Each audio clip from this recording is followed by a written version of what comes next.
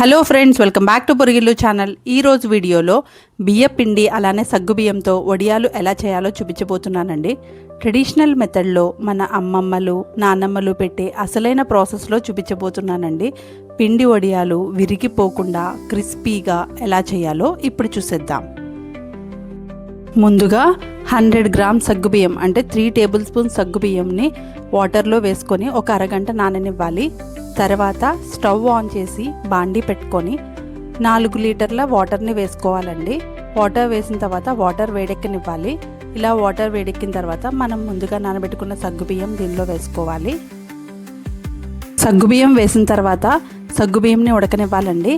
ఈ సగ్గుబియ్యం ఉడికేలోపు మనం ఒక మిక్సీ జార్ తీసుకొని దానిలో 10 పచ్చిమిర్చి, చిన్న అల్లం ముక్క ఇలా చిన్న చిన్న ముక్కలుగా కట్ చేసి వేసుకోవాలి.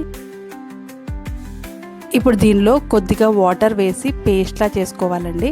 ఇలా చేసుకున్న పేస్ట్ని పక్కన పెట్టుకుందాం. ఇప్పుడు 1 కేజీ బియ్య పిండి తీసుకోండి. ఇది పొడి బియ్య పిండి అండి. దీనిలో 2 లీటర్ల వాటర్ వేసి కలుపుకోవాలి. ఫస్ట్ 1 లీటర్ వాటర్ వేసి కలుపుకోవాలండి. తర్వాత ఇంకో లీటర్ వాటర్ కూడా వేసి ఉండలు లేకుండా బాగా కలుపుకోవాలి. అదే కప్ మెజర్మెంట్ అయితే 1 కప్పు బియ్య పిండికి 2 కప్పుల వాటర్ వేసి ఉండలు లేకుండా బాగా కలుపుకోవాలి. మొత్తం మనం 6 లీటర్ల వాటర్ను ఉపయోగించామండి. ముందు 4 లీటర్లు వాటర్ మరిగించాము.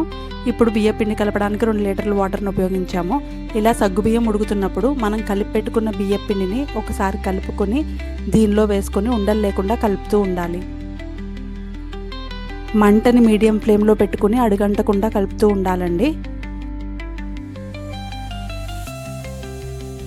దీనిలో తగినంత ఉప్పు వేసుకోవాలండి. మనం కర్రీస్లో వేసుకున్నట్టు కాకుండా ఈ వడియాలకి కొంచెం తక్కువే పడుతుంది ఉప్పు. చూసి అడ్జస్ట్ చేసుకుని వేసుకోవాలి. ఉప్పు వేసిన తర్వాత ఒకసారి కలిసేలా కలుపుకోవాలి.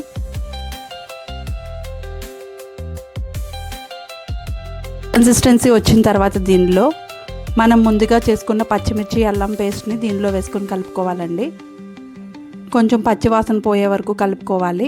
ఈ పచ్చిమిర్చి అల్లం పేస్ట్ని లాస్ట్లోనే వేసుకోవాలండి, ఫస్ట్లో వేసుకోకూడదు. ఎందుకంటే కలర్ చేంజ్ అయిపోతాయి వడియాలు.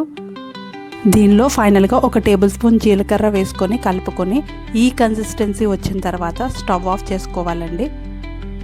స్టవ్ ఆఫ్ చేసిన వెంటనే ఇమీడియట్గా వడియాలు పెట్టేసుకోవాలండి. లేదంటే ఈ పిండి చిక్కగా అయిపోయి వడియాలు సరిగ్గా రావు. ఒకవేళ చిక్కగా అయిపోతే కొంచెం వేడి నీళ్ళు వేసి కలుపుకోవచ్చండి. వడియాలు పెట్టే ముందు ఒక కాటన్ క్లాత్ని తీసుకొని దాన్ని తడిపి పిండేసి ఇలా నేలపైన పరుచుకోవాలండి. మీరు ఎక్కువ క్వాంటిటీ వడియాలు పెట్టుకుంటే ఈ పిండిని చిన్న గిన్నెల్లోకి సపరేట్ చేసుకోవాలండి. లేదంటే చిక్కగా అయిపోతుంది. ఇలా సపరేట్ చేసుకున్న తర్వాత దానిపైన మూత పెట్టేసుకోవాలి.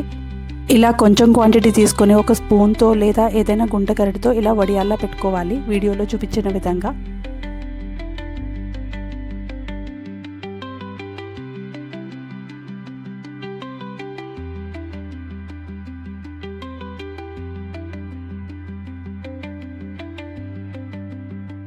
ఇలా వడియాలన్నీ పెట్టుకున్న తర్వాత మంచి ఎండలో రోజంతా ఎండనివ్వాలండి.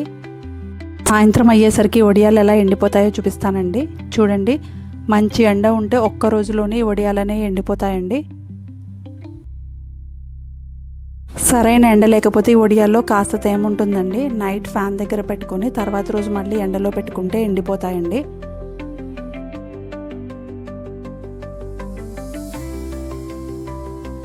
ఇలా ఎండిన తర్వాత క్లాత్ నుండి సపరేట్ చేసుకుందామండి. క్లాత్ని బ్యాక్ సైడ్కి తిప్పి వాటర్ చల్లుకోవాలి. ఇలా చల్లుకోవడం వల్ల క్లాత్ నానుతుందండి. అప్పుడు వడియాలు ఈజీగా వచ్చేస్తాయి. చూడండి వడియాలు ఎంత ఈజీగా వచ్చేస్తున్నాయో.